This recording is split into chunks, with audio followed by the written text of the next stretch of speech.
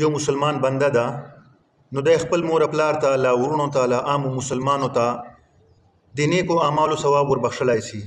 د نفل وکړل، تلاوت یې وکړه، ذکر یې وکړه، نفلي حج یې وکړه، نفلي روزې یې ولرلې، درود شریف یې وویله، قل هو الله صورت یې وویله، چاته یې نیکه خبر وکړله، نو دغه ثواب د خپل رشته دار مور لا پلار لا په نام چې څوک مسلماني هر چاته یې وربخښلی سي. البته چې دا کوم رواج په تاسو موږ چې ده د ختم قرآن والا نبی علیہ السلام صحابه او تابعینو او تبع تابعینو نه د قرآن پاک ختمونه چیرته هم نه دي ثابت سلی. دا د موږ بزرګان فرمایي. اوس که څوک ختم کوي د قرآن پاک والا خپل مور لا پلار پسې مرده پسې، نو د بهترینه طریقه دا ده چې سړی د بالغ کسان ختم تر غواړي چې بالغانی، ځکه چې نابالغان کته روغشتل ماشومان بچی د روغشتل ختم پاره دو چې چورا تلاوت وکي دو ولواړه ثواب خپل مور پلار پسې جي کدای تا مور پلار لا رشتہ دار ته وربخشي نيسي وربخشلای. لہذا چې کوم ختم ته ایصال ثواب دی پاره کوي چې ما مور پلار ته د قرآن پاک ثواب لاړسي، ای ختم پاره به مشران کسان رغواړي، داسې کسان چې کم از کم بالغي، نابالغ به ختم ته نرغواړي. که پنځه کسانو په چې پنځه سپاره دي کم اسلي چې سپاره وای، کلس کسان نابالغ در غوښتي و، نو لسو کسانو ثواب چې کومه دی هغه کم څه مکمل قرآن پاک ختم یې تا رشتہ دار پسې نه ورسېده. بله مسله، ګناهونه چې چوره دي، که واړه ګناهونه دي که غټ ګناهونه دي، الله پاک ته اختیار شته چې تا ته په وړو ګناهو باندې سزا درکړي، او دا اختیار شته وته چې په غټو ګناهو سزا درکړي، او دا اختیار شته وته چې صغیره او کبیره دوه سره ګناه دې معاف کړي. نو بهتره دا ده چې صغیره ګناه لا کبیره ګناه سړي نه څرنګه کېږي فوراً دې سړی توبه وباسي، او صغیره ګناه چې دی اپنے کو اعمالو سره معاف کیږي، لکه اودس ته وکړه په اودس سره معاف کیږي، نور د نیک اعمال وکړل پیغه سره الله پاک هغه صغیره ګناه معاف کوي،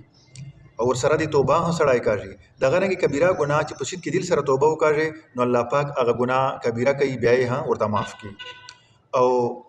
کبیره ګناه او صغیره ګناه کچیر د توبه نه وبخښلې، نو اخرت کې به الله پاک چې کومه دی په اختیار باندې ده، که خوښه یې وه خو معافي به درته وکړي، که خوښه یې نه وه معافي نه درته کوي. په غفور الرحیم ټکي باندې دې سړی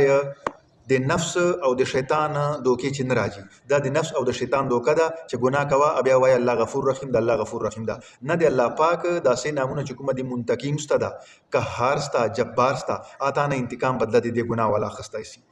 نو سړی د کبیره ګناه باندې صغیره باندې الله پاک ته توبه باسي. او شرک او کفر چې الله سره وکړي چې الله نه مني، له الله پاک سره نور بوتان لا چوک بزرګانو سره شریک دغه ګناه الله پاک مرګ نه بعد چیرې هم بیا نه معاف کوي، چې یوري په دغه حالت چې کفر شرک چې تاسو ترګې پټې سي دا ګناه الله پاک نه معاف کوي. لہذا که یو سړی مرګ نه مخکې کفر لا شرک نه توبه وباسي، نو الله پاک په معافي ورته وکړي. بله مسله، یو سړی د موږ دا ویلی شو چې دا جنتي ده لا دوزخي ده، نه دې هېڅ چا ته پته نشته، دې صرف او صرف الله پاک ته پته ده. او چې کومو په باره چې نبي اسلام فرمایلی دي، یو خو لس صحابه چې هغه ته عشره مبشره وایي، لکه خلفای اربعه ابو بکر، عمر، عثمان، علی رضی الله عنهم اجمعین، او د شپږ صحابه نور دغه ته خو په یو ټولي چې نبی اسلام د جنت زیری ورکړی ده، دې نه ما سوا نور ډېر صحابه دي چې انفرادي طور نبی اسلام د جنت ول زیری دوته ورکړی ده. لہذا دا خو شک ختلی جنتیان دي. نور چې چور دي هغه په باره چې دا نسې ویلای چې پلان کې خان جنتی ده، لا پلان کې خان جنتی ده. ګمان به هر مسلمان باندې نیک کوي چې امید ده چې الله پاک په بخشي جنت په ورکړي، خو لیکن د جنت ول سټیمپ لا ټپه نسې وته لګولای چې ته چې کومه دي جنتی یې، او که څوک وایي چې زه جنتي یم اسې دوکې ورکول دي. بله خبر ده چې که څوک وایي چې ما الله پاک لیدلی ده په ویښه باندې په دغې دنیا چې دا به موږ سره منو، نه دا به نه ورسره منو. په دغو سترګو باندې څوک الله پاک په دې دنیا کې نشي لیدلی، البته مرګ نه بعده به الله پاک ټولو جنتیانو ته دیدار ورکوي، او په دنیا چې دا لیدلی ناممکن دی. بله مسله، په جنت چې له ټولو نه غټ نعمت څه شی ده؟ جنت الفردوس ته د جنت نعمتونه دي، باغات دي، حورې دي، غلامان دي. نه، له ټولو نه غټ نعمت په جنت چې یو مسلمان او جنتی دپاره هغه د الله پاک ول دیدار ده، چې الله پاک په خپل دیدار ورکوي دو جنتیانو ته. بله مسله، یو سړی د ټوله زندګي په نیکو اعمالو چې تېره کړې ده، مرګ په وخت باندې له خولې نه کفر کلمه ووتله، د ټول اعمال مخچیني په اوبو باندې لاړل. یو سړی ده د دې اپوزیټ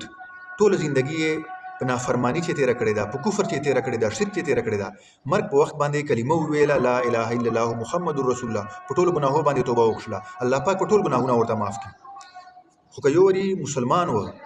نو د بنده حق چې ده هغه الله پاک بیا وایي چې ما ذمن ده اخیستی، هلته ورته معاف کوي. دغه رنګې توبه په کوم ټیم باندې کښلی سي، یعنی یو سړی دا مرګ حالت ورته راغی مړېږي، د ساه بلکل ستوني ته راغله، د جنت ولیده، دوزخ یې ولیده، عذاب والې فرشتې یې ولیدلې، په دغه ټیم باندې که دا کلمه ووایي یو کافر ده، دا یو ګناهګار د ګناهونو توبه وباسي، د ګناهونه به معاف کول سي نه، په دغه ټیم باندې د توبې دروازه بند سله، دا یې اوس توبه نسي کښلی.